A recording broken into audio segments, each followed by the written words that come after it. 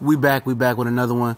Getting a little bit away from the Canelo and Triple G thing for a minute. I know I've been banging that subject out, and I'm supposed to. You know, it's fight week, and it's the biggest fight of the year. You know, and that's what I'm gonna do. I'm gonna continue to bang it out. Probably got like 2 more Canelo Triple G videos coming today, and one of them you probably absolutely going to want to hear it. But we back. It's your boy CJ Goodfella. Evening time grind. I'm about to get ready to eat dinner. But I'm gonna knock these 2 other non-Canelo Triple G boxing videos out first. And I seen an interesting a live video by a guy from Ring IQ. I think his name is Julius Fox. And I most definitely got to give a shout out to him. I caught it, man, and you know, he said something interesting, very interesting.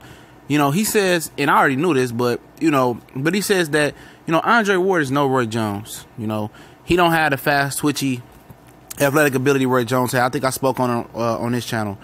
He don't have that.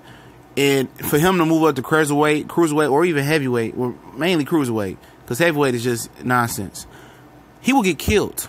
You know, he'd beat a guy like Tony Bellew. I don't know if he talked about that, but hear that part. But he'd beat a Tony Bellew. But going to cruiserweight to make a mainstay, it's not for Andre Ward. Andre Ward is not a great outside fighter. He doesn't have great outside ability. He's an inside grinder. You know, he likes to fight on the inside. He can fight on the pocket a bit. And he's not the fastest. He's not the quickest. He's not the strongest. He's a good technical fighter. He's fundamentally sound. And fundamentals can take you a long way. And it has took him an extremely long way in his career. But, going up to cruiserweight is a mistake other than fighting Tony Bellew, because he beat the shit out of Tony Bellew.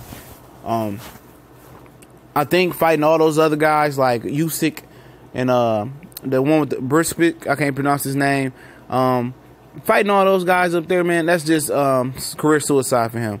He's looking for the biggest and best fights right now, and that's because he hasn't been promoted right.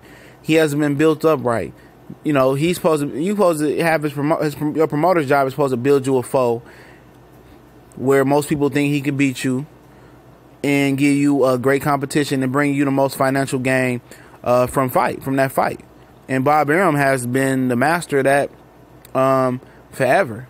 Even though he let some fights get too stale, like Gamboa and Lopez. But he's been great at that, and Andre Ward hasn't had that. He won the Super 6 tournament. That was the highlight of his career. And then he beat Kovalev, another high of his career. And he's looking for another high. But I think going to cruiserweight is career suicide, especially heavyweight, because he's not that guy. He doesn't have that athletic ability to move up. He doesn't have the body type that Roy Jones to move up, let alone the skills, let alone the speed and the athletic ability. You do need some athletic ability when you're moving up to fight bigger guys. You want to be faster, quicker.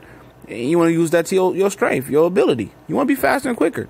Fundamentals and being technically sound is going to take you a long way in the sport of boxing. But once you start fighting guys that's bigger, you want to have a large edge and the speed and the athletic ability department. And Andre Ward isn't the biggest head mover, as a defender. He's more of a guy that plays defense with his legs and with his mind.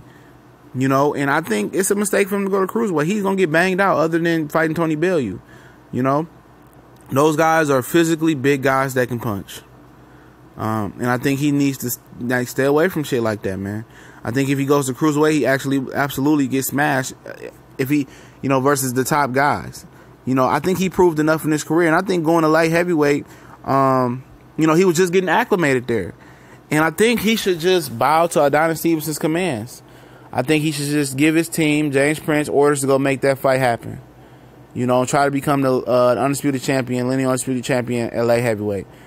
Just make it happen. Just bow to his demands. Even if you take a 60-40 split, a 70-30 split, Kovalev did it versus you. He took a east side, a D side versus you. Sometimes you got to compromise to make shit happen, and you got to compromise to make the Adonis Stevenson fight happen. When you fight Adonis Stevenson and get that last belt, and then you move on to fight Tony Bellew, then you retire. That's it. That's the simple plan. Unless you want to be a mainstay like heavyweight, but doing shit doing shit backwards. Because once you go to cruiserweight, if I'm Andre Ward in on this, then you ain't going back down to 175. At least if you stay at 175, you beat Adonis Stevenson. If the Triple G wins, y'all can make a deal. I know he's probably scary as hell. He don't want to do it, but it makes sense because he's going to be a big star. You're already a good star. it would make sense, you know, for y'all to do some type of catch weight, or he can move up, go to 168.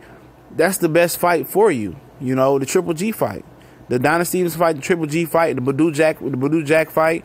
You know, fights like that. You know, and let somebody else grow as a star in the light heavyweight division. Don't go reaching for cruiserweight too early, because you're gonna get hurt. We gone.